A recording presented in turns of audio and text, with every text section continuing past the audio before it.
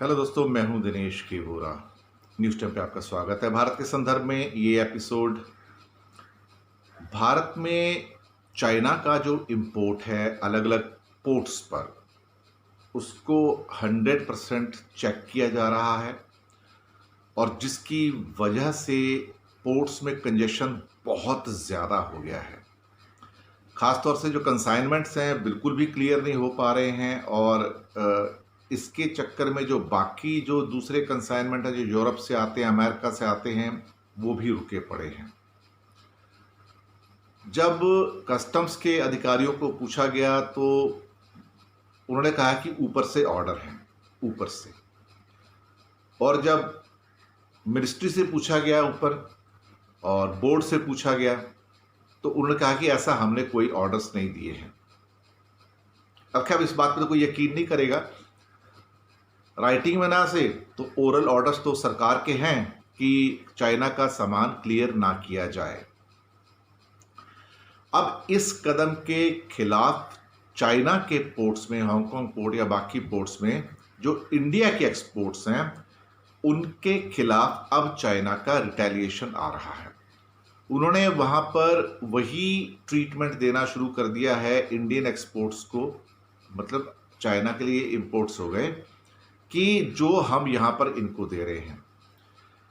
इसके लिए जो यहाँ की एक्सपोर्ट ऑर्गेनाइजेशंस हैं उन्होंने सरकार को लिखा है कि इससे तो हमारा बहुत नुकसान हो जाएगा। जो चाइना को हमारा एक्सपोर्ट होता है अभी वो भी कैंसिल हो सकते हैं और आप ऐसा मत कीजिए, क्योंकि जो आप यहाँ पे कर रहे हैं चाइना वहाँ पे करेगा और जितना आप करोगे उससे ज़्यादा वो कर रहा है वहाँ पर।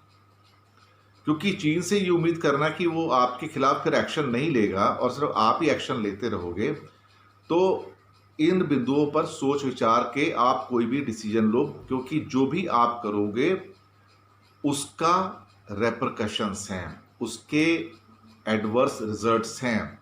और इंडिया का जो भी 15 से 20 बिलियन डॉलर का एक्सपोर्ट है चाइना को, तो उसका बहुत नुकसान होगा। और हज़ारों जो ख़ास तौर से एमएसएमई हैं जिनका एक्सपोर्ट होता है, वो तो पूरे बैंकक्रप्ट हो जाएंगे।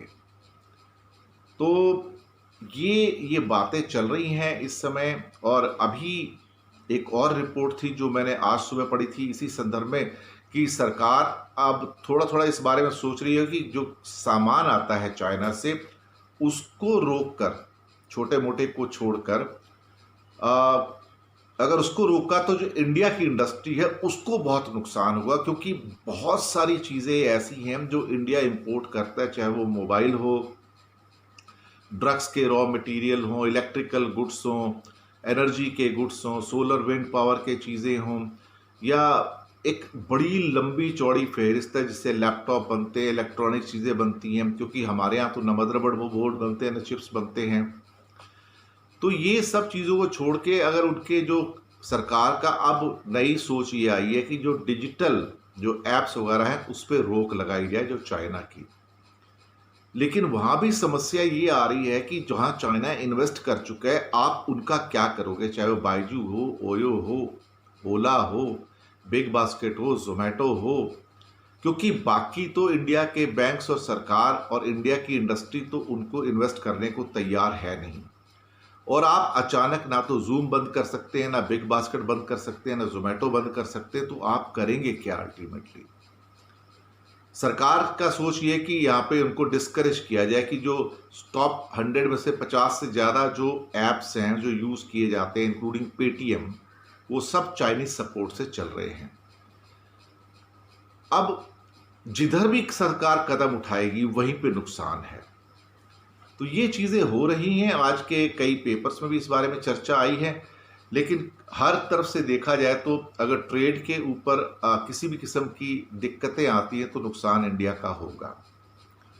हमें शायद इसके लिए कहीं ना कहीं अमेरिका और यूरोप से सीखने की ज़रूरत है कि उन्होंने जो भी ड्यूटीज़ लगाई हैं चाइनीज़ गुड्स के ऊपर, लेकिन उन्होंने कोई भी इंपोर्ट रोका नहीं है चाइना का। अभी तक एक भी ऑर्डर यूरोपियन यूनियन के कंट्रीज़ का या अमेरिका का, जो कि बिगेस्ट इंपोर्टर हैं चाइनीज़ गुड्स के, उन्होंने रोका नहीं है। अब उनके भी रिश्ते खराब हो रहे हैं चाइना से, लेकिन व्यापार कर रहे हैं। अब ये एक बहुत बड़ा मेन मुद्दा है यहाँ पर कि भारत अब उसको रेस्ट्रिक्ट करने की सोच रहा है, लेकिन जहाँ रेस्ट्रिक्ट करता है वहीं हमारी इंडस्ट्री को साथ में नुकसान होता है। हर चीज़ तो जुड़ी हुई है, तो ये दिक्कतें हैं सारी की सारी। सरकार इंपोर्ट कम करना चाहती है, कर सकती है, लेकिन इंपोर्ट कम करेगी तो एक्सपोर्ट भी कम हो जाएंगे। दोनों चीज़ों की बात है। तो खैर देखते हैं आने वाले दिनों में अब क्या होता है। जो भी डिसीजन आएंगे आपके सामने होंगे। शुक्रिया आपका।